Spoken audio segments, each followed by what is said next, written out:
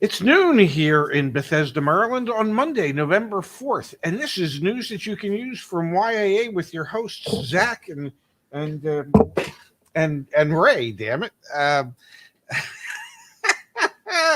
Oh my God, they haven't extinguished the flames yet at Carvana? Honda with the shocking news this morning. We're going to kick things off there. Talk about new car inventories starting to pick back up.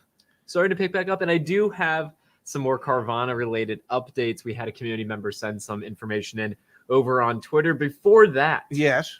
Aaron's got it right. Shocking. Yes. That's what we're going to do. Todd, good to see you. Smokey is here with us. Yeah, we actually do have good news. I'm excited about that. Just out of curiosity, what was the thumbnail today? I never see it. Honda shocking announcement. Oh my goodness. Kind of made that face. Yeah. Let's jump right into it. Okay. Let's just literally jump right into it. Automotive news this morning, Dad. Yes. Honda Motor Company says the worst of the microchip crisis is over. That was shocking when I read it because Honda, if you've been playing along at home, you know Honda has struggled mightily. We're going to quantify in a second here how much they've been struggling. Yes. But in their Q2 earnings, this is over in Japan, their Q2 earnings, says it right there. Honda and Nissan, they see brighter days ahead. Dad, it's been months of Asian automakers talking about how challenging the situation has been for them and will continue to be. And now Honda coming out and saying, you know what? We're through the eye of the storm. We're on the other side. Yeah, we're through the worst of it. It's getting better, and we're going to be able to produce close to what we had anticipated for this fiscal year that ends March 31st of next year.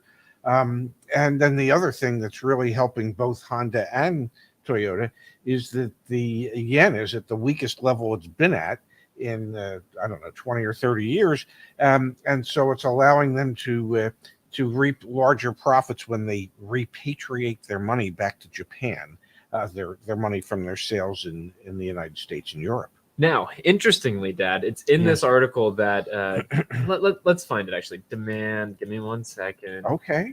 Yep. All right. Let me share my screen again with everyone. This was interesting, and it's worth talking about. I do not want to. Takeuchi. Thank you. The CFO of Honda also downplayed concerns of a U.S. recession. While the softening economy remains a risk to monitor, he said Honda thinks demand remains strong for its vehicles, thanks largely to the fact that pinch production has whittled down inventories. We have heard this before, Dad, and Honda inventories have been very low. We're going to, again, quantify that in just a second here. Low is an understatement. Yes. But there is this perception from all the automakers that there is pent-up demand. Yes. And what we have seen is as interest rates rise and as vehicle prices increase, Nissan's talking about how they've gotten a more premium customer to come buy their car. Now, it's still a Nissan, okay? You're not fooling us. We are going to see pent-up demand sustain these prices? I don't think so. And I think we could accidentally end up with dealership lots being overflowing with vehicles again, not because they wanted to, because dealers and OEMs figured out a way to make more money with less inventory, but by accident, they're going to think, okay, we don't see a recession. No, there's a freaking recession that's going to happen, and consumer demand's not going to be there. I would tend to think that most of the manufacturers are overestimating what the demand for vehicles is moving forward. The one thing that I have noticed when we go through all the data that we go through is that the number of people in the market that can find vehicles still affordable is a shrinking number, which means the pie is shrinking. So will there be demand? Yes, less than there has been because there's fewer people that can actually afford to do something with the demand that they might have for a vehicle. And I think most of your manufacturers are absolutely positively overestimating the size of that pie. I think the pie is getting smaller and smaller. I think there's more and more people that even if they wanted to be in the market, have taken themselves out of the market because vehicles, just for most people, and remember, 86% of all vehicles sold are financed, so that for most people, they don't find the monthly payments to be affordable any longer. So they've voluntarily taken themselves out of the market. And I believe they will continue to do so. wages have not risen at the same rate as inflation, or as the same rate as car payments keep going up. So I don't believe the demand is quite as strong as the manufacturers would like to believe, and I do believe that it is more likely than not that they will end up producing more cars than they should have based on their miscalculations. I completely agree with you. Here we've got on the ground from Veritax, Honda may have a chip shortage, but I'm not sure the supply chain is as empty as it once was. The local Nissan and my Honda dealership have fuller lots than I've seen since 2018. We are always perpetually early on these things, and we get kind of flamed for it because you don't see it necessarily in your area as quickly as we're picking up on it. Yes. I'm calling it right now, Dad. Automobile Row, you're going to drive down it February. Yeah. And there's going to be cars. It's not going to look quite like it did in 2019 because we're going to quantify. I mean, but it's going to be way fuller than you've seen. And your local news station should be picking up on this story come February. Because honestly, there's just more inventory in the pipeline and less buyers in the pipeline. It's a recipe for oversupply. And it's all predicated on, will the consumer demand be there or not? And we're seeing it. It's not. And don't forget, a lot of, especially when it comes to Honda, Toyota, Subaru, Mazda, a lot of those vehicles that are in the pipeline are spoken for, have deposits on them, reservations on them. What are the percentage of people who have done that 4, 5, 6 months ago and their car's not in yet and now realize what the cost of that monthly payment's going to be? What's the percentage of those reservations that are going to end up being canceled, and that suddenly there will be cars that will be on the lot? Can we really dig into that for a second, Dad? Because so much of the inventory, you're right, was ordered. And now when someone's going to see what their monthly payment is with I don't know, they thought they were getting 0% interest back in the day, or 3% interest, or whatever it is. And now it's 8%, and they don't want to pay that. And they look maybe it's not even they don't want to pay it. They can't afford to pay it. And their trade-in that had previously been worth, $3,000 more is now worth $3,000 less. Yes. Yeah. So I think you're going to see a substantial percentage of those reservations fall by the wayside. If it's 10%, if it's 20%, whatever it is, but suddenly that would mean that there's 10% or 20% more cars that have come in that are now sitting on the lot, available for delivery. So I think that's going to lead to it. I think the continuation of interest rates going up is going to take more and more people out of the market. And I just think that there's going to be a miscalculation on behalf of the manufacturers. And so we'll find fewer people in the market, more cars on the dealers' lots. I don't believe we will ever get back to the pre-pandemic levels for new car inventories. But even if we're half of what those inventories were, if we have a lot less buyers in the market, suddenly the competition for those few buyers that are in the market will mean that there will be either incentives from the manufacturers or huge discounts, or just discounts from the dealers, as opposed to market adjustments and $3,000 of unwanted dealer installed accessories. 100%, Pops. All right, we are going to jump to the chat here in a minute. We have data. We love our data. But we do love our data. We do. Join YAA.com and CarEdge.com. Those are the two places where we can help you. If you're buying a car, use the car search. If you're going to sell a car, now is probably the time to do it. Don't wait. Continue to take advantage of somewhat inflated used car prices. Get multiple offers. Again, got to figure out why the image isn't working. But you get multiple offers from dealers in your area. Auto, home, and renters insurance, we can help you out there. The extended warranty and electronics warranty, join YAA.com right there. No email needed, no nothing. Finance and refinance, Dad. If you're going to have to, if you get flipped, on your financing at the dealership right now, come back to us and get paired up with a credit union and start saving with that credit union. Refinance your auto loan. Literally can take you like a week to get that refinance now through YAA. Super easy, super quick. So please let us help you there. I'm in. You're an easy customer. Oh. All right, Dad, let's start to quantify what's going on in the new car market. The picture doesn't look the same for everyone, but let's start with Toyota, Dad. Mm-hmm. This is Toyota as of November 1st. Yes.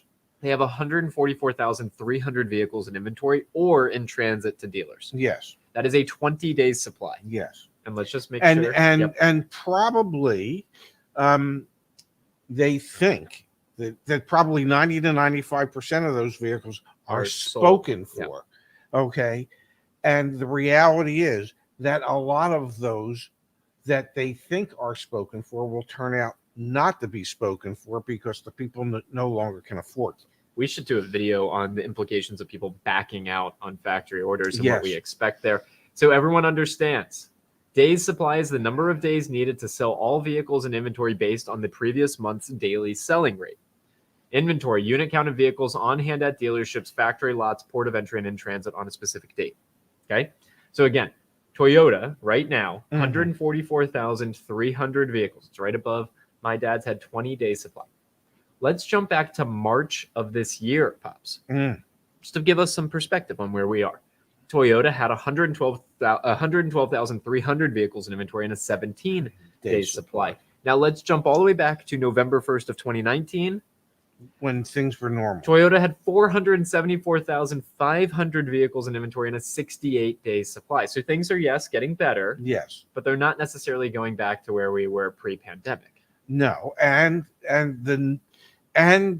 cars were more affordable on November 1st, 2019 than they are today. Interest rates were much lower. Factory incentives were much higher. Dealer incentives to move cars were much greater because they had all these units in stock. So, that was a perfect storm to help drive the prices of the vehicles down, making them more affordable for more people. And what we have seen in the intervening 3 years is that lack of inventory, and prior to interest rates really starting to go up, the high demand, there wasn't a need for incentives. The dealers weren't discounting cars. They were doing market adjustments on cars. And all that will come to an end because the number of people in the market today is much smaller than the number of people that were in the market just 3 years ago. Pops, I want to look at another automaker, not one of the Asian brands, Japanese brands. I want to look at Ford because I think Ford is on a slippery slope right now. And what I mean by that is, are they on Dirt Mountain? No, they're on Ice Mountain, man. This is winter time. It's coming back around. Ford Motor Company. Yes. November 1st, they have 340,000, called 341,000 vehicles in inventory. A 56-day supply. Yes. That is almost triple what we just said Toyota had at their 20-day supply. Yes. Okay? Yes. Ford earlier this year, Dad, had 196,600 vehicles in inventory and a 37-day supply. So their day supply has jumped dramatically, and so has the amount of either on hand or in transit inventory. Now, of course, we're not back to where we had previously been. 2019, November 1st, Ford had 626,000 vehicles in inventory and a 95-day supply of inventory. Okay. Yes. But Pops, I think Ford could be, again, they're at 196,600 in March of this year. They're at 341,000 vehicles right now, and a 20-day increase in days supply. Ford could be setting themselves up for some disaster here. And what I mean by that is eroding all that price power they had by having no inventory. Yes. I think we don't get data from GM. We don't get data from Stellantis. I saw a question about BMW. We don't get data from them. They stopped. Getting access for information from the OEMs is becoming harder and harder. But Ford, God bless them, they still share it. And I'm waving the first flag that says, I think Ford dealers are going to have a lot of inventory on their lots and not a lot of customers who want to buy it because the prices are so especially outrageous. Going into the slowest time of the year. 25% of Ford buyers have a $1,000 a month or higher payment from last quarter. Yes. That doesn't sustain itself. Even if inflation continues to go up, that doesn't sustain itself. No, there's fewer and fewer people that can afford those type of payments. It's just automobiles and trucks are supposed to be mass transit in the sense that the vast majority of people can afford to buy them. Yep. Okay. And what we're seeing now is that the vast majority of people no longer can afford to buy them. So, and I don't anticipate that changing anytime soon, simply because interest rates are continuing to go up. Fewer and fewer people have the money to afford those monthly payments. Yep. And on top of it, it's the holiday time of the year. People, whatever discretionary funds people have right now are not going to be going to their cars, it's going to be going to holiday gifts. And then right after that, we have the two slowest months of the year. Yep. January and February. So I believe that we will continue to see new vehicle inventories build, because there's just less people out there that are even remotely interested in them. Pops we got from Alan here. He says, Subaru's still low. I have been waiting since August for an ordered Outback. They are focused on building Outbacks with extra options like leather, not the lower end. And let's pull up the data. Let's look at Subaru as a team here for a moment, because you're right, but the situation has changed significantly. Yes. Subaru right now, 15,500 vehicles in dealer inventory and 8 days supply. Now you're thinking to yourself, we just looked at Toyota, who has 144,000, and Ford that has 340,000, and Subaru's got 15,500. Yes. However, if we look at earlier this year, Dad, Subaru in March had 6,000. Had 6,000 vehicles inventory and a 3-day supply. Yes. Okay, so their situation is materially improving. Yes. And to give you some context, let's go back to 2019. Let me find Subaru. There it is. They had 51,000 vehicles in inventory. So they're still operating a third. Yeah, they're still 36,000 units behind where 25 days supply back then. So Subaru notoriously has a limited days supply. Yes. But it's still not great over at Subaru versus, I'm looking at Ford's data. FCA, Stellantis, they don't even present the data, but we know Stellantis has an oversupply of inventory. That's where you can get decent deals right now, like significantly under MSRP. There was a comment on, I think, on either today's video or one of the videos, where a guy went in to look at a Ram Bighorn. Yeah, he was just looking, and they instantly offered him $6,000 off of MSRP. Well, things have changed. Yeah, things have changed. All right, Dad, let's go to the chat here for a minute. We've got from the Tommy Bernard show. It's always good to have you here, Tommy. Is there a reason we don't see any many announcements from BMW like most other companies? Do they just pretend life is always good? I don't know. Just a lot of the manufacturers just are no longer sharing inventory information with Automotive News. I did see a television commercial yesterday for BMW starting their holiday sales events. And you could get up to $3,250 in credits and on select models. Yep. And that expires the end of this month. So my suspicion is, in the past, that these holiday event ads would have been for November and December.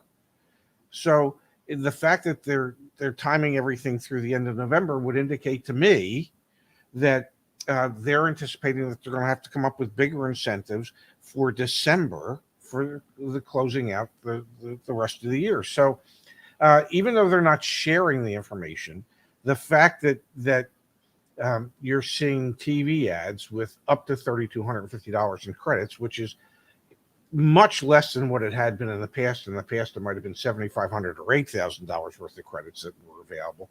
But they've made a determination that they need to incentivize the sales of their cars, whether they have as much inventory as they would like or not. Yeah, absolutely. I'm going to see if I can find it. I'll work on it while we're going through the show here. We have that chart from Cox Automotive that shows the percentage of incentives as a percentage of average transaction price. Yeah, which today is probably around 2.1%. And in the past, it was probably closer to 5 or 6%. It was even higher than that. But I think we're going to see that increase. Yes. We're going to see as a percentage of average transaction price, incentives will increase from the manufacturer. Well, it's the only way that you're going to be able to keep the cars affordable for more and more people. Absolutely. All right, Dad. We've got from AJ here. Yes. Yeah, the number of cars in inventory is a great data point for demand. Yeah, and the day supply. The fact that we can get our hands on day supply. This is why I don't feel. I was gonna say I don't feel bad. I feel great promoting the fact that when you search on Join YA, let's just browse all new vehicles around me really quick. When you click on a particular vehicle, yes. So this 2020 Chevy Silverado. Mm-hmm. If I scroll down, I can get market conditions. Yes. Where is it? It's 407 of these in the market. 83-day supply of inventory in the market. Like that's useful information. And then of course, if I save the vehicle, and I go run a market price report on it, like this is all the information you have at your fingertips to make an informed decision about what to offer for a vehicle, what's in demand, what isn't in demand. So I'm super curious now to look at this. 3 days on the market. Yeah. Okay? There's no way that this 2020. I mean, I know I'm not looking at a new car, but there's no way they're going to negotiate on this. Yeah. There's 32 more. The average days on market's 55. So this is the information that the average advertised price is 38. Yep. Okay. The lowest one's yep. And what's this one advertised for? This one's at 39. So you could go in and say, folks. And look, there's one that has a high negotiability score. Yes. And if this is a newer one, only 3 days in inventory. Yep. That means, using the data that we help provide you with, that means since wholesale values have been going down significantly, that you can use that information to your advantage, saying, hey, it's great that you've priced it like there hasn't been any drop in the wholesale values. Yep. But you probably bought this for 10 to 15% less than what you would have 90 days ago. We need to adjust your price. I know it's only been on your lot for 3 days. Yep. But how big of a profit do you have to make? We've got here, Dad, from Kurt. Good luck with high demand Toyotas and Hondas. 100%. Yes. Still 100%. Yes. We talked to Marcello just the other day. Yes. Like the idea that you're going to get any type of hybrid vehicle right now from Toyota or Honda anytime soon. You're going to be on a wait list. It's going to be on the pipeline. Yes. All right, Dad. Jordy is setting us up here for today's Really You've Got to Be Kidding Me. Should I buy a Supra now or still wait? I'd wait. I'd wait like another 20, 30 years till it shows up at Barrett Jackson. Really? You gotta be kidding me. All right, Pops, this was sent in from a community member. Here is a Carvana offer on said Supra, a 2021 Supra. Get the VIN off the screen there. 9,000 miles on this vehicle, Dad. Carvana. This was 4 months ago. Yes. Offered $52,831. Okay, and today? Now, kudos to this driver, putting miles on the vehicle and everything. Yeah. There's now 13,000 miles on the car. Okay. Put 4,000 miles on it.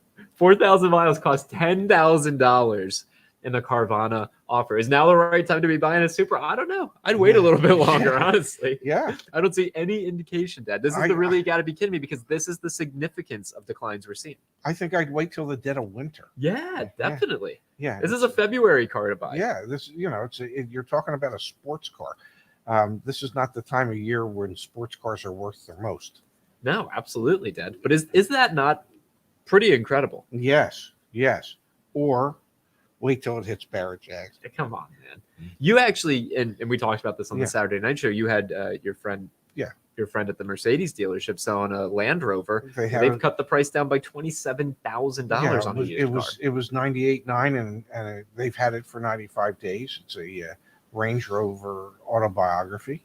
And in that 95 days, the asking price has gone from $98,900 to $72,000. Yeah, exactly. But the price of cars is not coming down. Turbo, always great to have you here. Now is a good time to push the Stop Buying Cars channel. StopBuyingCars.com. Yes. Dealerships are starting to be up against the wall. They have taken advantage of us. It's soon to be our turn to get some of that money back. Yes. Completely agree. Yes. Completely agree. The market has shifted. It is shifting. All right, Dad. There was one other thing that I thought was interesting that we could talk about today that pertains to the cost to own a vehicle. Did you see this data from AAA? I did. All right, let's pull it up on the screen and let's talk about it. AAA, repairs, maintenance, nearly 10 cents a mile for the first 5 years. AAA estimates the average vehicle owner will spend 9.68 cents per mile, or nearly $1,500 in a 15,000 mile a year on maintenance and repairs of a new vehicle. I thought this was pretty interesting data. It also reminded me why we bought CarEdge.com. Yes. You get all that information. But were you surprised when you saw this? I thought it would be higher, honestly. Really? Yeah. Yeah. I just have a sense that they're underestimating the costs. And why do you think that? Because they still want to convince people that cars are affordable. This isn't a industry publication, and even AAA. Even though they're there to help people. Well, if nobody has cars, who needs AAA? Yeah. Okay. So, I think the numbers. What do I know? I think it's more expensive than that. I think there's a reason the government gives you more than that per mile. Yeah. We have, if you're unfamiliar, back on CarEdge.com, another website that we have for you here. You can actually look at a particular vehicle. So let's have some fun. Let's do a BMW X5. I can actually see the expected maintenance and repair costs over a 5-year period of time. And also I can see the likelihood of a major repair. Holy cow. 12 years out, the likelihood of a major repair is, if I'm reading this correctly, above 100%. Yeah. Well, yeah. It is a certainty. It is a BMW. So it's different for every type of vehicle. Yes. And you can, it's 105% likelihood of a major repair in year 12. Yeah. What else do you need to know? So I mean, what you need to know is, if you go back to that chart for just 1 second, scroll down. What you need to know is, after 10 years, get rid of that son of a gun. Oh my God, yeah. Or honestly, if you don't have an extended warranty on a BMW after the 3 years, you couldn't afford cost of the extended warranty so we're saying on an older BMW. Let's check. I'm actually now very curious. Okay. Warranty. This was an X5. This was an X5. Yeah. So let's say, okay, it's 2022. So let's say a 2012, 2013. I'm nervous. BMW, you should be. Even if you've raised money, you don't have enough money to pay for this warranty. Okay, so let's say it's not been used that much. So we'll say like 60 to 70,000 miles on it.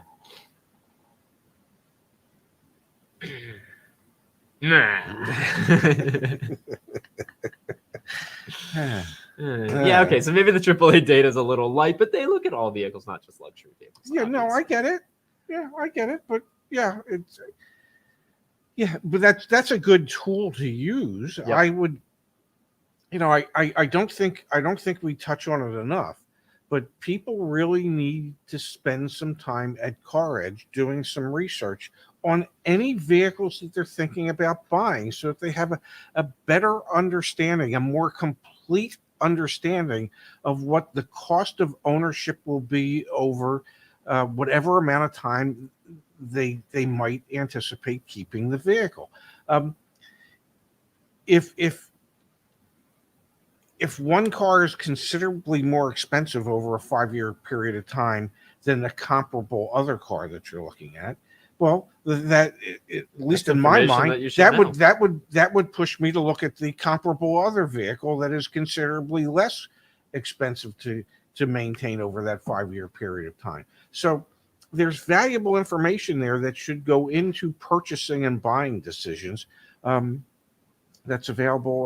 What does it cost to get that information? Free. The real Sugar Ray wants to know, did I miss the Honda news? Can someone fill me in? Honda came out and said that they are through the worst of the chip shortage, and they expect inventory levels and everything to be better. They still expect some challenges, but they expect things to be better. It's the first of Honda, Subaru, Mazda, Toyota to come out and say, hey, things are better. Gio's got a question, Pops. Any idea if/when the best car deal/lease pages on YAA will be updated? We update these pages once per month. So this is another great resource that you have at your disposal. So if he wants an estimate, that I would say the beginning of December. Yeah, exactly. The first and week it was of updated. December. It was updated just a little while ago. Resources, free guides. Give it a quick click. You can scroll down here. It's going to be here. You go. Best lease offers, best loan offers, and we'll update this every single month. Justin is on his A game here, and it's broken down by all the automakers. We are working on for Black Friday, compiling all the data for the best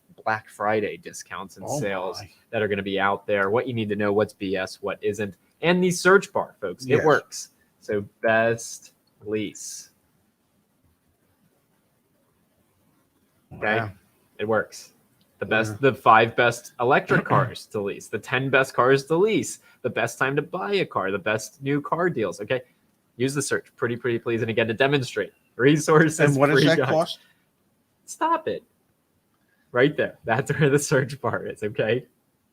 Well, there's not a lot of places you can go to and get a lot of great information for free. That's true.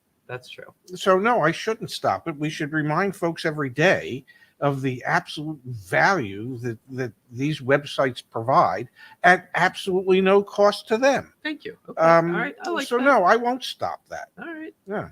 Now, when you start charging them $1,000 a year, then I'll say, well, maybe. Okay. But it's free. Yeah, Mark, this is true. You're not going to see repair work on a Carfax from a rental car. That's the reason to stay away. All right. Yeah, you're right. But since I do all the pitches, I think I'm sensitive to, but you're right. You need to be less sensitive. This is our yin and our yang. Well, you just need to be less sensitive. It's, there's that old saying, if it's for free, it's for me. Okay. And people that are looking to buy cars, there's not a lot of options out there that are free that provide the type of information that we provide. Or if they are, you get spammed. Yeah, yes. And there's additional information that we can provide that, okay, you might have to pay for.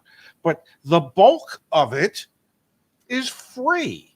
So I don't know, for free, I think you ought to utilize it. If it makes you feel better, or if it makes you think that the information is more worthwhile if you were to pay for it, let us know, okay? And we'll start charging you for it so you can feel better about it. But until that point, take advantage of it. Yes, please take advantage of it. All right, Pops, we'll be back tomorrow. We're going to have a market update from the folks over at Black Book. Yes. Okay, super excited about that. And if you go to the website, obviously all the resources are there. As soon as we get that data, we'll post it free on the website. Yeah. Black Friday deals, we're doing our research. We'll have that by the end of the week. Or actually, Dad, we're going to have it as our Wednesday newsletter article. So if you're not on the YAA newsletter, the way to do it was back. And what does that cost? Get out. Okay, it's free. It's still free. I wanted to give Space a quick shout out too. Okay, I think you should. I'm going to give Space a shout out, and also again on the resources page, free guides. You can put your email or your phone number here, and you'll be able to get the weekly newsletter. Giving Space a shout out. That Ankit came onto the community forum, which is free, asking for some insight into the pricing of a 2023 Golf GTI S that he's got a quote for and has negotiated. And I just immediately, Space is right there. The GTI S trim is a sweet spot and the one to get. The dealer doc fee is a little higher than average for Maryland, but otherwise it's a good deal on a GTI. And Ankit's like, wow. What was the doc fee? It shouldn't be more than $500. Well, that's doc fee plus title and tax. Okay, but the doc fee can only be $500. Yeah, in Maryland, but they're adding in other fees to get it up to $900. But either way, Dad, I'm not trying to diminish Space's effort. No. This is so awesome, and I just love seeing the community forum. It's just so busy of people asking different questions, sharing, and getting different answers, and getting help. Man. Yeah, it's really, really awesome to see. Okay, and that is free. We will be back tomorrow with the latest. Oh, and by the way, tomorrow's show, free. Get out of here. Every show. He's in Virginia. Okay. Well, the doc fee can be higher in Virginia. Yep. Every show, by the way, is free. All right. Okay. No charge. There's no charge for the information. There's no charge for the entertainment. Whether you watch the news that you can use from YAA on the Ray and Zach channel, or whether you watch our videos on the main YAA channel, the only cost to you is that you invest your time to watch it, and you take whatever information you can from that and you utilize it. That's the cost. All right. Okay. All right. I'm sorry. Okay. So remember, we'll see you back here tomorrow at noon Eastern, 9 Pacific, with more news that you can use from YAA. And if you are a humanitarian at all, you would tell all your friends and family and acquaintances to start watching this stuff because it's free. Damn it. I'll be good now. How much? Free. All right. Goodbye, everyone.